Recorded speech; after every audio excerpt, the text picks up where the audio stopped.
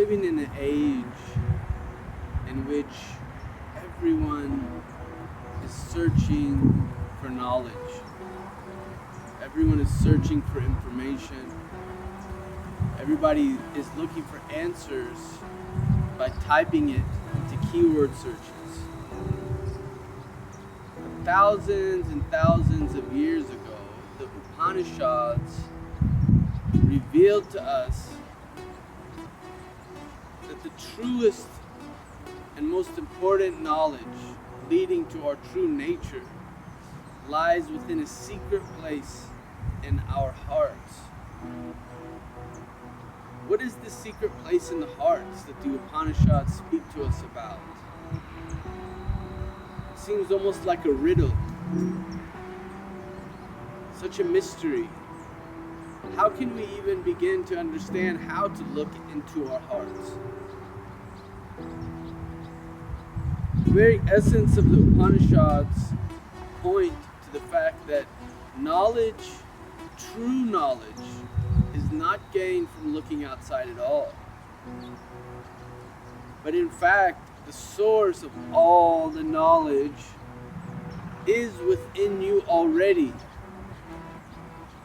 If you really observe the reality of this existence that we're experiencing, you will see that all the knowledge that is external was at one point internal, and it was revealed or externalized and documented. The confusion lies in the thought that knowledge comes from separate beings, and so in order to gain a certain knowledge, you need to find out what someone else said about it in order to gain that information. But the secret of the Upanishads is Advaita Vedanta, which is one without a second.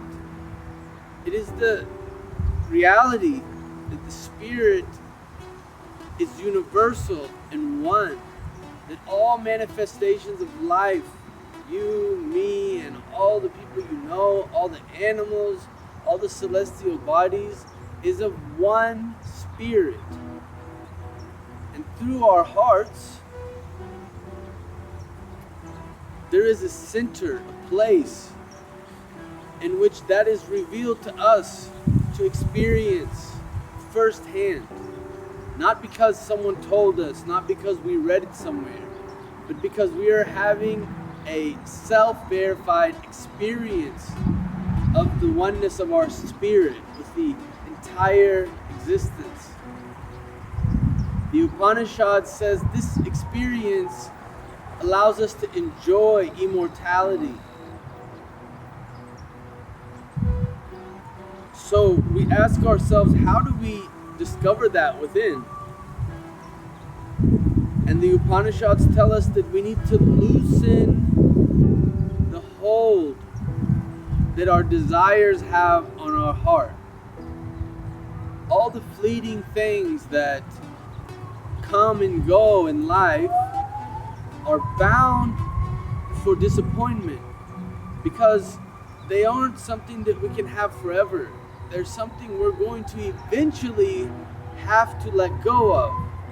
And so we run after so many different desires, fulfilling them, becoming tired of them, losing our interest, and moving on to the next, moving on to the next.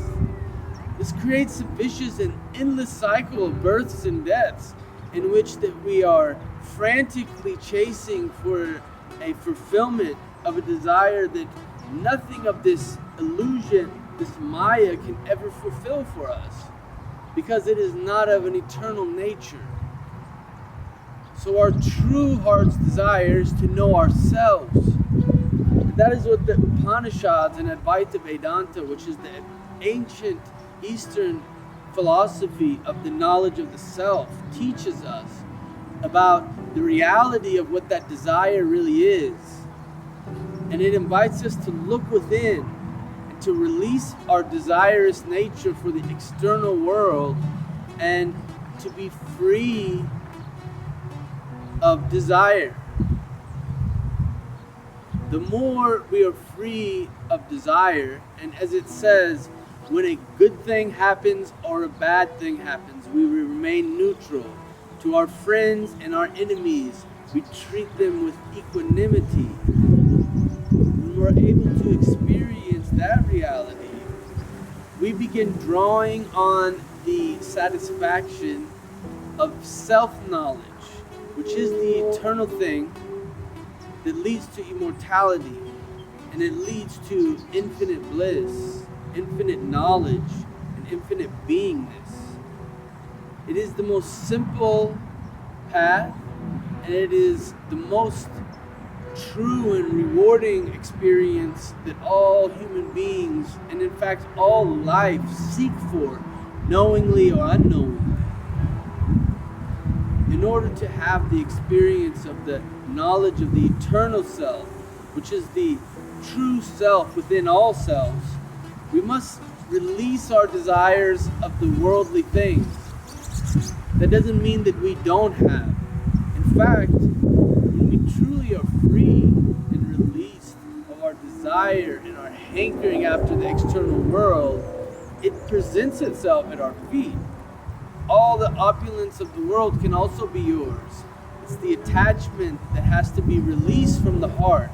And as that happens, as the mind silences, as you begin to be in a place of contentment without doing anything, without thinking you need to get something that is on the horizon line, you naturally begin moving back into that place of self-awareness. In that place of self-awareness, you uncover your essential reality, which is the source of all knowledge, the source of all bliss, the source of all life.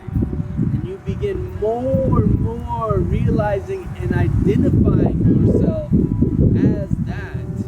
You let go of all the worldly things that have been added to you that really weren't yours, and many of them you really didn't even choose to have. And you return back to that eternal nature which you always truly were. That is what the ancient sages call moksha, samadhi, enlightenment.